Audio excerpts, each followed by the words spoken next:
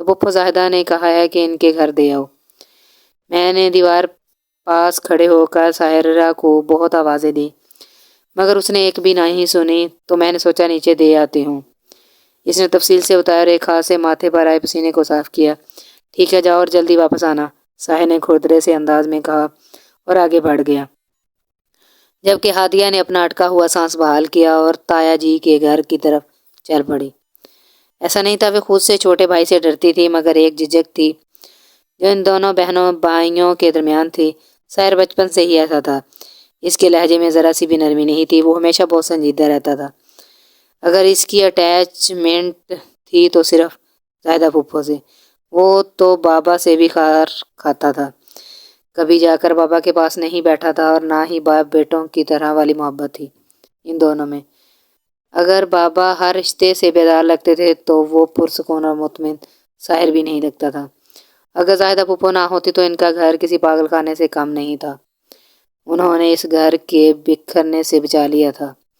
عباد آفس سے آج جلدی گھر آ گیا۔ وہ گھر میں داخل ہوئے تو انہیں نادیہ کے کمرے سے ہنسنے کی آوازیں آئیں۔ وہ سیدھے اپنے بیڈ روم میں چلے آئے۔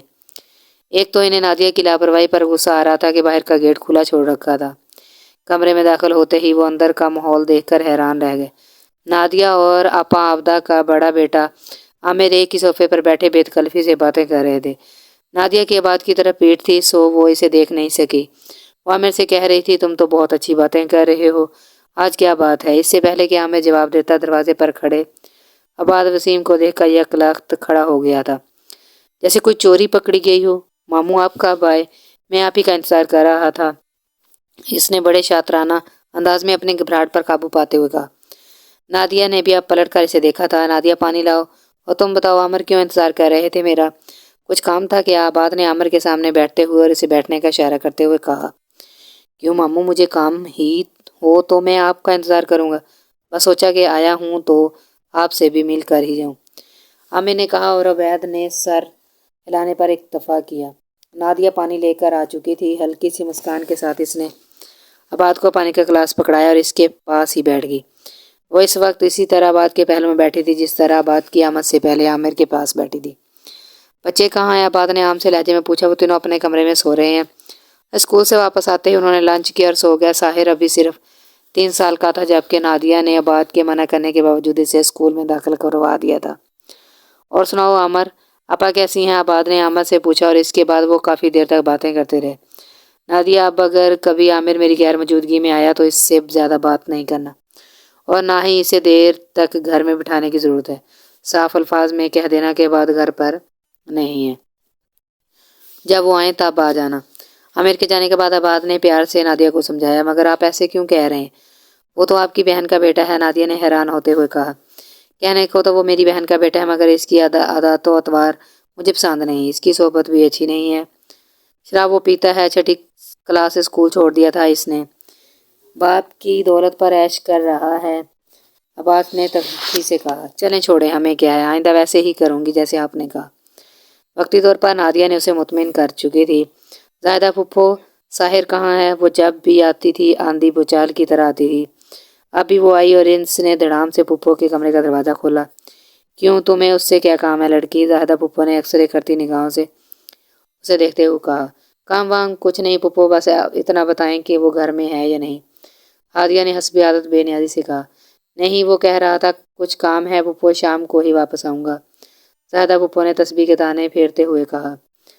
یاہو، جیو پھپھو، ہزاروں سال جیو، کتنی اچھی خبر سنائی ہے آپ نے۔ آپ کے چہتے کی آج سالگرہ ہے تو میں نے سوچا کیوں نہ اس آدم بیزار شخص کو وش کیا جائے۔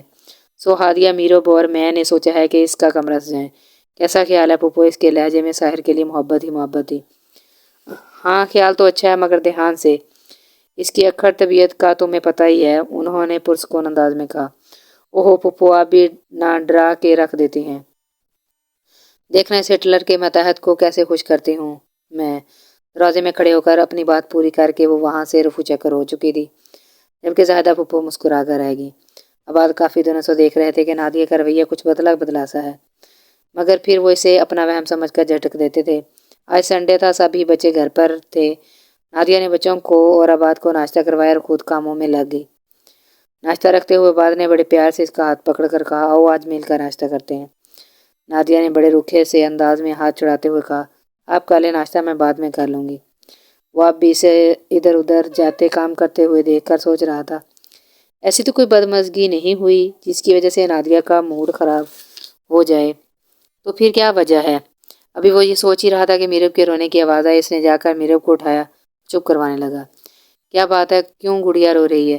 اسے اپنے ساتھ لگایا بعد نے پچکارتے ہوئے پوچھا۔ بابا مجھے ساحر نے مارا، میرب نے کہا۔ وہ ساحر کو سمجھا رہا تھا کہ نادیہ نے پھرتی سے آ کر تابڑ توڑ ساحر کے منہ پر 2 تھپڑ جڑ دیے۔ ساحر کے سفید رنگت پر اس کی انگلیوں کے نشان چھپ چکے تھے اور اس نے زور زور سے رونا شروع کر دیا تھا۔ نادیہ یہ کیا کہہ رہی ہو؟ 7 سال تک اللہ بھی بچوں پر اپنا فرض واجب نہیں کرتا اور تم کس طرح بے دردی سے بچے کو مار رہی ہو؟ آباد نے اپنے لہجے کو سخت ہونے سے بچایا تھا، مگر اسے نادیہ کی اس حرکت پر غصہ بہت آیا۔ سارا سارا دن میرا خون جلاتے ہیں، آپ کو سنبھالنا پڑے نا، انہیں تو مجھ سے بھی زیادہ برا رویہ رکھو ان سے۔ نادیہ نے ساری بدتمیزی اور لحاظ کو بلائے طائے رکھتے ہوئے کہا، ظاہر سی بات ہے تمہیں ہی ان کی نگہداشت کرنی ہوتی ہے، مائیں ہی کرتی ہیں، اور بچوں کو کون سا عقل و شعور ہوتا ہے، وہ تو شرارتیں کرتے ہی ہیں۔ آباد کا لہجہ اب بھی نرم تھا۔ تو آپ کا کیا مطلب ہے؟ میں بہتر طریقے سے ان کا خیال نہیں رکھتی؟ میں انہیں اچھی طرح نہیں؟ تم بات کا غلط مطلب لے رہی ہو نادیہ، آباد نے اس کی بات کاٹتے ہوئے کہا۔ میری تو ہر بات آپ کو غلط لگتی ہے، دیکھی ہوگی کوئی باہر اچھی اور درست باتوں والی۔ نادیہ آباد کا تھپڑ مارنے کے لیے ہاتھ اٹھا ہوا ہوا میں معلق رہ گیا۔ نادیہ پھٹی پھٹی نظروں سے آباد کو دیکھ رہی تھی۔ آباد نے آج تک نادیہ سے اونچی آواز میں بات تک نہیں کی تھی، ہاتھ اٹھانا تو دور کی بات تھی۔ بچے بھی سہم چکے تھے۔ آباد نے ایک نظر غصے سے نادیہ کو دیکھا اور گھر سے باہر نکل گیا۔ ان تینوں نے ساحر کا کمرہ بہت پیارا ڈیکوریٹ کیا تھا۔ ساحر کمرہ ڈیکوریٹ کرنے کے بعد اپنے گھر چلی گئی تھی تاکہ کپڑے تبدیل کر کے دوبارہ آ سکے۔ ہادیہ اور میرب لاؤنج میں بیٹھی تھی۔ ہادیہ، ہم نے بھائی کی اجازت کے بغیر ان کا کمرہ تو ڈیکوریٹ کر دیا ہے، کہیں وہ ناراض نہ ہو جائیں۔ ساحر سے 1 سال چھوٹی میرب اس کے غصے سے خائف تھی۔ سوچ تو میں بھی یہی رہی ہوں، مگر ہم نے یہ سب ان کی خوشی کے لیے کیا ہے، ہادیہ نے پرسوچ لہجے میں کہا۔ خوشی؟ تمہیں پتہ ہے نا بھائی کبھی خوش نہیں ہوتے، خواہ کچھ بھی ہو جائے۔ میرب کا انداز جلا ہوا تھا۔ سمپل ہم کہہ دیں گے سارا کی ادارہ پرنسس ساحرہ کا ہے۔ کہہ دینا میں کوئی ڈرتی ہوں اس پرنس کریلے سے، ہر وقت ماتھے پر ڈالے رکھتا ہے، جیسے ابھی ابھی کسی سے لڑا کر آیا ہو۔ ساحرہ کے تبصرے پر وہ دونوں اٹھیں۔ وہ کپڑے تبدیل کر کے آ گئی تھی۔ گلابی سوٹ میں اس کی سفید رنگت دمک رہی تھی۔ واہ صدقے جاؤں تمہاری دلیری کی، پیٹھ پیچھے تو بادشاہ کو بھی برا بھلا کہہ لیتے ہیں، بھائی کے سامنے یہ سب کہو تو مانو، ہادیہ نے ناک سے مکھی اڑانے والے انداز میں کہا۔ کہہ دوں گی آج، آنے تو دو اس نیم کے درخت کو، ساحرہ نے کہا۔ ہیں نیم کا درخت؟ میرب نے سوالی نظروں سے اس کی طرف دیکھا۔ السلام علیکم ابو، پانی لاؤں؟ ہادیہ اس کی بات کا جواب دینے ہی والی تھی کہ سامنے سے آتے ہوئے آباد وسیم کو دیکھ کر پوچھا۔ ساحرہ اور میرب بھی سیدھی ہو کر بیٹھ چکی تھی۔ نہیں مجھے پیاس نہیں ہے، اور ہاں رات کے کھانے پر مجھے بلانا، میں کھانا نہیں کھاؤں گا۔ ایک نظر ان دونوں پر ڈالتے ہوئے وہاں سے چلے گئے تھے۔ ان کے جاتے ان تینوں نے سکون کا سانس لیا تھا۔ ہادیہ مجھے تو لگتا ہے وہ گرم مسالہ تمہارے ابو یعنی میرے چاچا مسعود پر گیا ہے۔ ساحرہ نے بے تکلف لہجے میں ساحر کی ذات پر ایک اور نکتہ اٹھایا تھا۔ اب یہ گرم مسالہ بھی تم نے یقیناً بھائی کو کہا ہوگا۔ ہادیہ نے غصے سے اس کی طرف دیکھا، جبکہ اس نے مسکراتے ہوئے اس بات میں اظہار ہلا دیا۔ وہ ایسی ہی تھی، اس کی ہر بات ساحر سے شروع ہو کر ساحر پر ختم ہو جاتی تھی۔ بچپن ہی سے وہ اپنے اس کھڑوس کزن کو دل میں بسائے بیٹھی تھی، جس کے نام پر اس کا نام ساحرہ رکھا گیا تھا۔ اب وہ بڑی بے چینی سے اس کا انتظار کر رہی تھی تاکہ سب سے پہلے ساحر کو وہ برتھ ڈے وش کرے۔